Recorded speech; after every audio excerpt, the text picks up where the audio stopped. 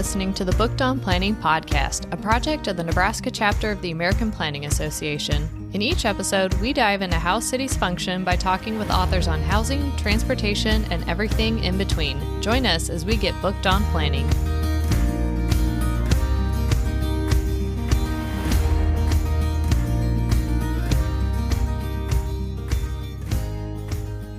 Welcome back, bookworms, to another episode of Booked on Planning. In this episode, we talk with author Daniel Baldwin Hess on his book, The Shoup Doctrine, essays celebrating Donald Shoup and parking reforms. This book is a compilation of essays from over 36 authors around the topic of Donald Shoup's life's work, parking reform. The book, edited by Shoup himself, was meant as a compilation of the field of parking reform today, but also is a great celebration of his impact on the field. I have to admit, if you had asked me in graduate school how much I would think about parking in my career, I really would not have believed you. But I'm actually certain being a Shoupista sealed my job offer. I listened to our season 1 episode with Donald Shoup before the interview since I knew our urban development department oversaw parking. So Shoup's influence in planning and parking is so widespread, I think you'd be hard-pressed to find someone who hasn't been impacted by his work at this point. That's actually a topic we get into with Daniel during the episode. So many planners graduate with little or no training in parking despite it having an outsized impact on community development and function. He has some good insights into changing this in the future, and with so much recent momentum around parking, I can see the change on the horizon. I sure hope so. It hopefully, as the conversation around parking grows, it makes it to elected officials and we can advance Shoup's policy and make our communities better. So let's get into our conversation with author Daniel Baldwin Hess on his book, The Shoup Doctrine, essays celebrating Donald Shoup and parking reform. Daniel, thank you for joining us on Booked on Planning to talk about your book, The Shoup Doctrine, a compilation of essays, many of them by Shoup's former students, including yourself. But Shoup was actually pretty involved in the editing of this as well. Can you talk about the idea behind this book and the process to get it to publication? This book had been on my mind for some time, and then I finally cleared time to work on it when my sabbatical was approaching. This was about 2 years ago. And it was on my mind because Donald Shoup's research was well known to me, but then I thought and I saw that he was really having a moment, as they say. And as I traveled around and met different planners and went to conferences, people would say to me, "Hey, didn't you work with Donald Shoup when you were a student? Wow, his research is really having an impact these days." So that's what I would hear from my colleagues. So it made me really, latch on to this idea of Donald Shoup's impact on our profession. So there was sort of this recognition that no other urban planning academic was really getting their work out there like he was for wide consumption and having an impact on practice. So I took a trip to Los Angeles and I visited Donald at his home. He was at that point, of course, in retirement from his position as professor of urban planning at UCLA.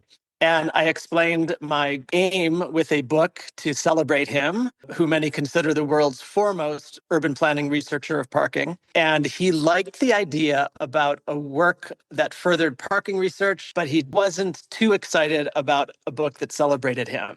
He was too modest for that. But I pressed on anyway. I told him about my vision for the book, and he and I began to list some scholars who I could invite to contribute. I devised a work plan and I got started, and he eventually came around to the idea that the book would also be a tribute to him. And so I'm introducing this book to you as a festschrift. So that's the German word for a collection of writings published in honor of a scholar. Festschrift actually means feast of writing if we translate it literally. And so, yes, the chapters were written by the contributing authors, and Donald Shoup loved editing. He loved editing his own writing and other people's writing. So I did invite him to edit the chapters. So he read and commented on the chapters. So the people who have contributed to the book got some feedback from our top scholar, and he really loved the process. Now, the book really assembles a distinguished group of planning academics and practitioners and advocates to examine all of Shoup's scholarly contributions and then really where we are in the world of parking reform and research about parking today. So there are 33 chapters written by 37 contributing authors. And as you pointed out, 10 of these authors, including me, are Donald Shoup's former students of urban planning at UCLA. And of course, we did lose Donald Shoup at the beginning of this year. And you have a beautiful in memoriam to him at the start of the book. How did his passing actually really impact the legacy of this book for you? The last thing that he was probably really able to work on. Donald Shoup passed away in February of this year at age 86. He was healthy and active and engaged up until a very short illness.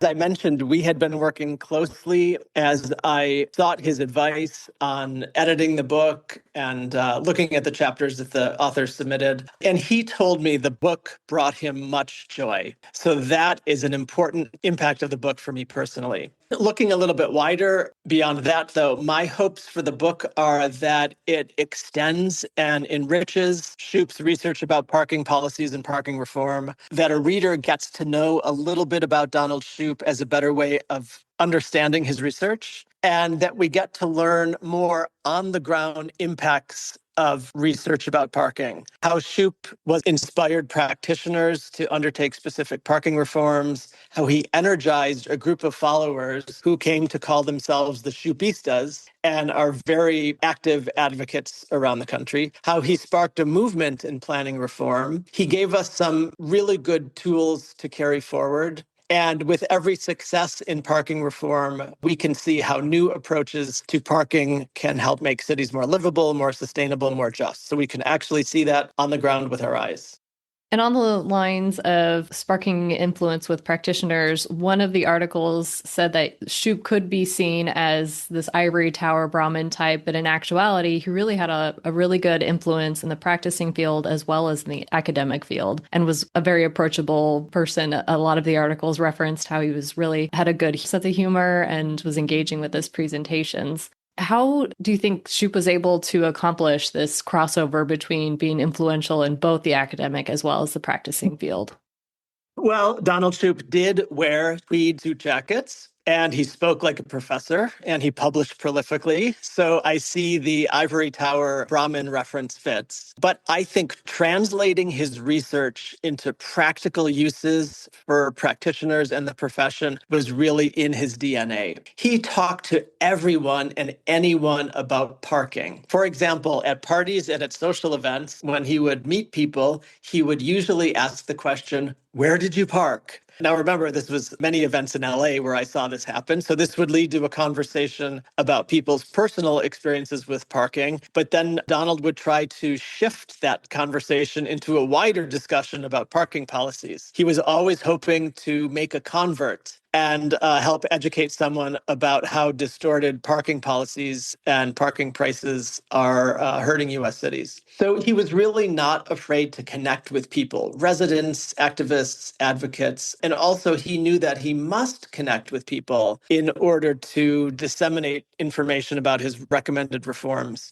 After the publication of his book, The High Cost of Free Parking, this was in about 2005, he received many written messages from people all over the country. Community advocates or practicing planners or architects or real estate developers, they would read the book and then they wanted to share with him a story or ask a question. And this is what always amazed me. He answered everyone. And I meet people now and they say, I read the book and I looked up his email address and I wrote him a message and I got a response. It's this continual energy for connection. You mentioned in the question, he was funny. So he was funny and witty and approached it all in a very lighthearted way. But really, when we drill down, though, he was ahead of his time in exploring our parking systems. Really, even before the words like sustainability and equity and justice were really part of the discourse of planning and urbanism. And then I think the world finally caught up to him in recognizing that we need to do something about excessive automobility in our cities. You know, you mentioned how he was more than willing to talk with anyone and everyone. In our first year of our podcast, I found his email somehow and reached out to him to see if he would be willing to talk about his book, which would have been, 20 years old or 15 years old by that point. And, a lot of authors are like, nah, I'm kind of beyond that. And he was more than happy to come on and talk about his book in our fledgling year of the podcast. That's excellent. That's excellent. It does not surprise me. That was his way of connecting. In one of my favorite articles, Dorina Pujani describes the concept of Robin Hood parking in her article. I had never heard of this term, so can you give our listeners an overview of it?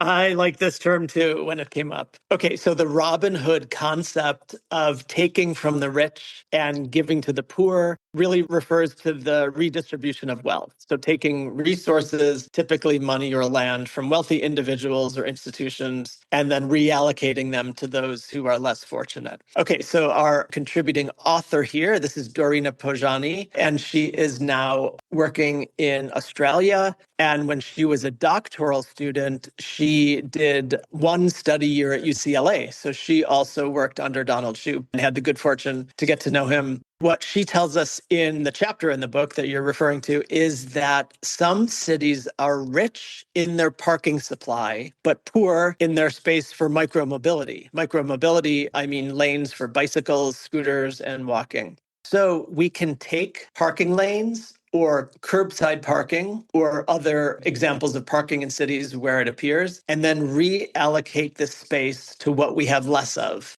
Lanes for non-motorized travel, biking, scootering, walking. So this is never as easy as I just described it, since any time that we take something away from citizens, curb parking spaces in this case, there will be a political struggle. But really, I think it's the job of city planners to explain to people and increase public acceptability that while one element of the urban transportation system might be reduced, other elements will be added or increased, and this makes the entire system work better for everyone.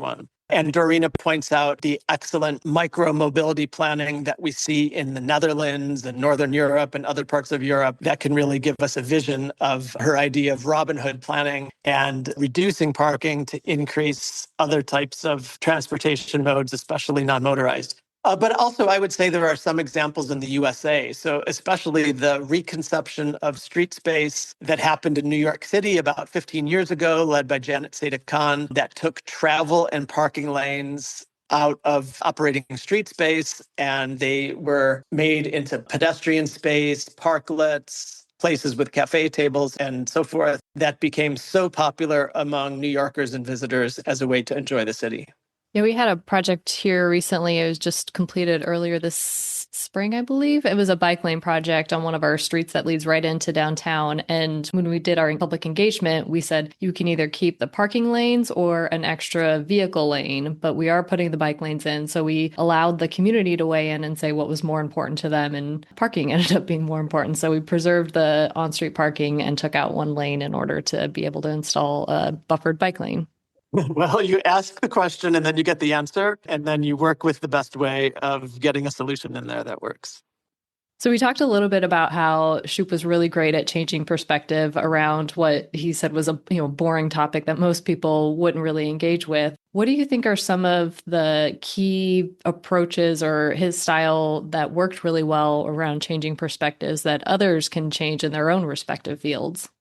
Yes, Donald Shoup often did admit that parking was a boring topic for research or policy or for implementation or for anything else. But he made it much less than boring in everything that he did, in writing and speaking and convincing others. So he did a really nice job of problem identification. So he started out telling us the problems of an oversupply of parking, distorted prices for parking. If we move from parking to automobiles and automobility, then we have too many cars in our cities and too much dependency on them. And where do we store the cars? And they create pollution and congestion and noise. So he really identified for the problem for us in a nice way. He then used sound research to explore those problems and potential solutions. Remember, he was an economist. He was an economist by training. And he once told me that he maybe became interested in parking because he considered every instance of parking, anytime a car is parked in a city, it is an economic negotiation between the person who wants to park and where they're parking. If there's a cost for it, if there's not a direct cost, then there's an indirect cost. So we have sort of an economic underpinning to his work. Then I think his outreach. So when he had research results and recommendations and suggestions to share, he was so good at the outreach that he conducted, talking to concerned people, helping them to think about how to devise and implement change. A few of the authors in the book have referred to Donald Shoup as being tenacious. So he had a lot of energy and he stuck with an idea. In fact, he worked on this problem of misaligned parking policies and prices for decades decades, even when no one was listening. And he continued to work on the problem, even in locations where talking about changing parking policies was very unpopular. He lived and worked in Los Angeles, where the automobile culture reigned. So he really stuck with his topic and really gave us some nice ways of carrying this through a career.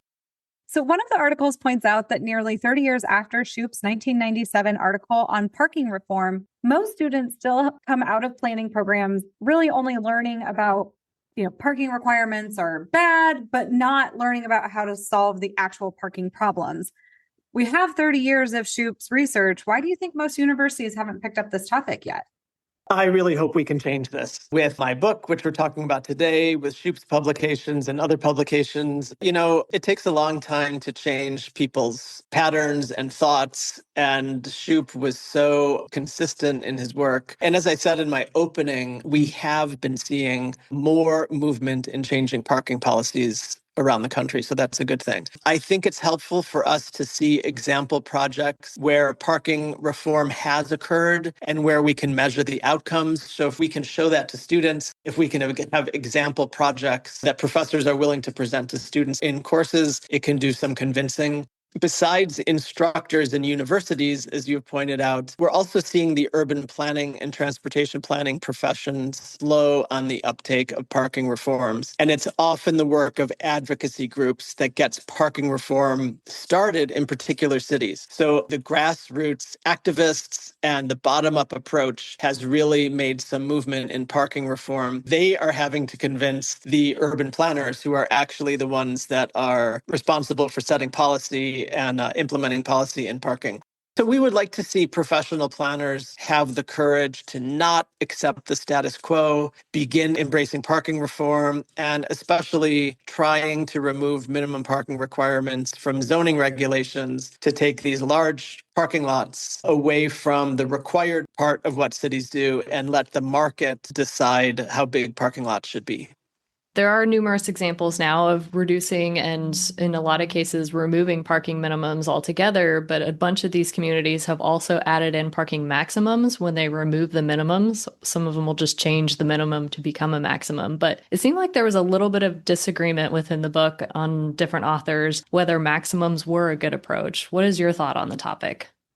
Well, Donald Shoup used to tell a funny story, true story, but this goes back to the late 1990s, early 2000s, when Los Angeles was building a new concert hall downtown adjacent to the music center. And this eventually became Disney Hall, which opened in 2003. But in the years before that, LA's zoning policy required off-street parking for the facility. So the first thing that was built was an underground parking garage. It was 6 stories underground, over 2,000 parking spaces. That parking lot was constructed before the concert hall itself. That parking garage cost, I think, about $110 million to build. And then with the parking garage underground, when the concert hall was built, they parked below ground, they came above ground, and they were right there at the concert hall where they needed to be, but not necessarily engaging with street life. Now, at the same time, there was a concert hall being built in San Francisco, the Davies Symphony Hall. But in San Francisco, it was built with no off-street parking because San Francisco didn't mandate minimum parking for such venues. San Francisco did have parking maximums around that time, or maybe a little bit later, but those were mostly for housing. So as you say, there are a couple chapters in the book that mention parking maximums. These would tell property owners and developers the maximum number of parking spaces which can be built. But for decades before this, we're actually used to the terminology and the practice of minimum parking requirements. So with these maximums, a developer or property owner cannot exceed a parking lot size set forth in the zoning. But, it might be harder to get people to wrap their head around the idea of a parking maximum. And that is, as you say, bandied about in some of the chapters in the book. But I like to think that it might be easier to start in the area of deregulation, which means simply removing minimum parking requirements from zoning codes. So it's a simple act of striking something out of the zoning code, and then you let the market decide how much parking is needed. Although in congested cities that are experiencing development, there is a risk that you could, of course, have more parking come along than the previous minimum parking requirements said had to be in place. But I think it's a nice idea to simply approach parking reform as deregulation, where you take away the minimum parking requirements that are in zoning codes. When you were working on this book, you brought together some of the best minds in parking and dedicated an entire chapter to the challenges and successes of implementing parking reform, as we've been talking about. What do you think are some of the biggest challenges to parking reform? And also, what is your favorite success story? So I'm happy to say there are more and more examples of parking reform and large-scale parking reform that we can look at. I'll give an example right now, but I'm lucky that I'm living and teaching now in Buffalo, New York. I teach at the University of Buffalo, and Buffalo removed its minimum parking requirements from its zoning code in 2017. It was the largest city to do so at the time. So it sort of made some splashy news about parking, but it didn't take long for other cities, larger cities, to jump on the bandwagon. Hartford, San Jose, Birmingham, Raleigh, Sacramento, Mexico City. But, Buffalo was the big one to do it at the time. And Buffalo might be an unlikely candidate for progressive parking reform. But the minimum parking requirements were removed as part of a wholesale zoning revision. And Buffalo then had a zoning code dating from the 1950s. So it was like a 50-something-year-old zoning code, and the whole zoning code was rewritten. Buffalo, of course, has reputation as a slow growth city. There was a lot of population loss and economic decline since the 1970s. So the parking requirements were completely removed in 2017. So that means any developer or property owner can build or convert anything on their land, and they're not required to have an off-street parking lot. They may provide an off-street parking lot, but they're not required to. And any existing parking lot for a business or building does not have to be there. So land can be converted to something else. So I jumped on with some research soon after that happened, and I did a before analysis with development data for several years after this zoning reform. And what I found is that about half of new developments reduced the size of their parking lot after the reform. And then on average, the parking lots were cut in half. There were examples of apartment buildings built in Buffalo with no off-street parking. So this would not have been possible before the zoning reform. So no parking lots off-street. And the biggest effect was for mixed-use buildings. So these were generally apartment buildings with other commercial uses on the first and second floors. And then also along transit-rich corridors. Buffalo has light rail, metro rail going through the center of the city. So I've written about parking reform in Buffalo previously, but also in the current book. But linking my answer here to the question that you asked, there's another chapter by an author who works as a consultant in Los Angeles. This is Stefan Turoff. And he reminds us that removing minimum parking requirements is really a form of deregulation. And he said that most urban planning projects that we bring through City Hall, that we bring through a government, require a new program, a new budget, new staff members, a new website to oversee them. If we're thinking of a new program, it requires new resources, but we don't always have those resources. On the other hand, removing minimum parking requirements takes away a requirement. It is cost-free for cities. It's a zoning change, and then it's cost-free. And as some of the authors write about in the chapters, it can even streamline the development process. It can make development smoother. Sometimes there are no longer parking studies needed, fewer or no zoning variants requested when it comes to parking. So it can, in some ways, make the property development process go even better. I imagine for all of the development review planners in those communities that have gotten rid of minimum parking requirements are pretty happy that they're not counting parking stalls anymore and trying to find that the developments are in compliance. So you've kind of touched on this a little bit throughout the episode, but without Don Shoup here as our leader in the field of parking reform, I mean, it seems like there's very few individuals that can be synonymous with a certain aspect of city planning in the way that Don has been. What do you think's next for the field?